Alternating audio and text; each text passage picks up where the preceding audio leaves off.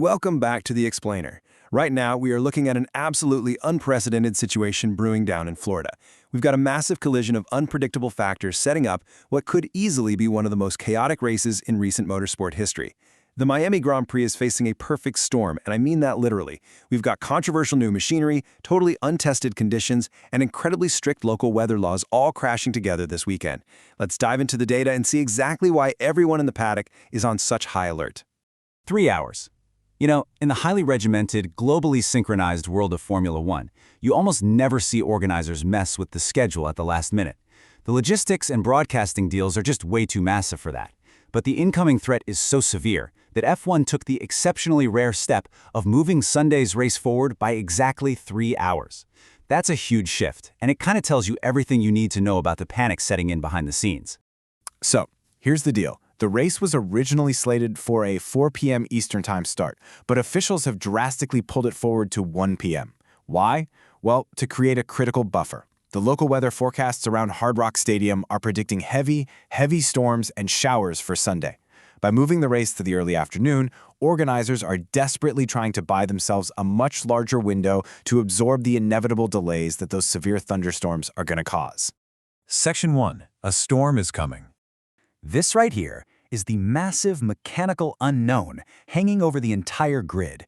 Formula One's new cars, which, let's be honest, have already been the subject of intense debate and criticism this year, have absolutely zero actual wet weather racing experience. None. They have literally never raced in the wet. Putting an entirely new generation of highly complex, aerodynamically sensitive race cars onto a soaked, high-speed street circuit for the very first time is basically like walking a tightrope without a net. No one truly knows how these machines are going to behave when the track floods. To put this danger into perspective, just think about the number 350. Ferrari's Lewis Hamilton highlighted this exact number when talking about the sheer terror of driving these new cars without grip. These drivers are trying to put down a staggering 350 kilowatts of battery power directly to the track. Imagine trying to channel that level of raw, instantaneous electrical torque onto asphalt that's completely covered in standing water. And that brings us perfectly to this quote. Hamilton recalled his pretty grim experience during a private winter test in Barcelona earlier this year. He didn't mince words. He said, "It was pretty horrible in Barcelona. It was not a fun day. It was very slippery." He pointed out that back in the day, with grippier tires, putting down that much power in the wet wasn't usually this bad. But with these new cars, that 350 kilowatts basically turns the car into a sliding missile the very second it loses grip. Which naturally brings us to the critical debate over tire blankets. If you're not familiar, these are specialized tents used to keep unused racing tires nice and warm so drivers have immediate grip. For a 350 kilowatt machine on a flooded track, a cold tire is practically made of ice. These blankets are essentially the only difference between staying on the track and spinning straight into a wall on turn 1. Now, originally there was a massive push to ban these blankets entirely, but Hamilton actually revealed he actively lobbied F1 to reverse course for the wet tires. Without blankets in these slippery conditions, the feel is just horrible. But with them, the performance is much better. Thankfully for the drivers, that lobbying worked, and F1 reversed course. They're going to be allowed to use these heating blankets on the extreme wet and intermediate tires, giving everyone at least a fighting chance of keeping these cars pointing in the right direction. Section 2. How the drivers reacted. There is a glaring disparity right now hanging over the grid. Ferrari recently got to complete 300 laps over 2 days of wet weather Pirelli testing at Fiorano. The rest of the grid, zero wet testing allowed. Fernando Alonso is incredibly quick to point out this highly controversial edge, calling it a luxury that only his former team enjoys because they do unlimited testing with Pirelli. So, while Ferrari got 300 laps of painful but super vital data collection, the rest of the field is literally going to have to learn how to drive these cars in the wet during the actual race.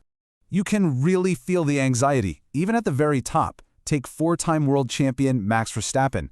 He's widely considered the absolute best wet weather driver on the current grid, yet even he's issuing a stark warning. After experiencing the cars in winter testing, he called them quite slippery and quite a handful, noting that it's simply not going to be easy. When the grid's reigning rainmaster hints that just finishing the race will be a challenge, you know the situation is incredibly severe. But then, on the complete opposite end of the spectrum, you have Alpine's Pierre Gasly. He is actively embracing the chaos. He stated, "Personally, I hope it's properly washed out and a lot of rain." He actually likes these cold, wet, unpredictable conditions. For drivers stuck in the midfield, Chaos is a ladder. A perfectly dry race usually just favors the fastest cars, but a completely washed-out track, that levels the playing field and rewards pure survival. And then there's the guy sitting right at the very front of the grid, facing the most extreme pressure imaginable. Championship leader Kimi Antonelli. Starting from pole position for Mercedes, he openly admits he's stepping into a total void.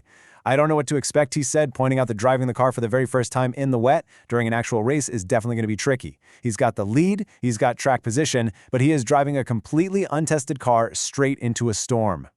Section 3. The strict lightning rule. Now, this is where local law supersedes global sport. Because no matter how well the cars or drivers perform in the rain, Florida's strict safety protocols hold the ultimate power over this event. In Florida, outdoor sports events are heavily advised to stop immediately upon simply hearing thunder. It doesn't even matter if the track is completely drivable. If there's thunder anywhere in the area around Hard Rock Stadium, the engines have to turn off. Let me show you just how punishing Florida's infamous 30-minute rule really is. At 0 minutes, an initial lightning strike or clap of thunder immediately stops the race. Boom, the clock starts. You have to wait 30 full minutes after that last strike before you can resume. So say we're 15 minutes into the waiting period, everyone's getting geared up to restart. But then, right at minute 29, a new lightning strike hits. That completely resets the 30-minute clock right back to 0. You can see how easily a single lingering storm cell could trap this race in an endless looping cycle of delays, completely eating through that 3-hour buffer the organizers desperately created. Which brings us to the final, looming question for this explainer. Will the Miami Grand Prix survive the storm, or is it going to be a complete washout? We've got completely untested aerodynamic cars attempting to put down 350 kilowatts of power on flooded asphalt. We have a totally divided grid featuring stressed rookies on pole and opportunistic veterans praying for chaos. And above all of it, a rigid local lightning law that could stop this multi-million-dollar spectacle dead in its tracks at the mere sound of thunder. It's the ultimate clash of cutting-edge engineering against the sheer force of nature. So how do you think these variables are going to interact when the lights go out? Thanks for joining me on The Explainer, and keep your eyes on the radar.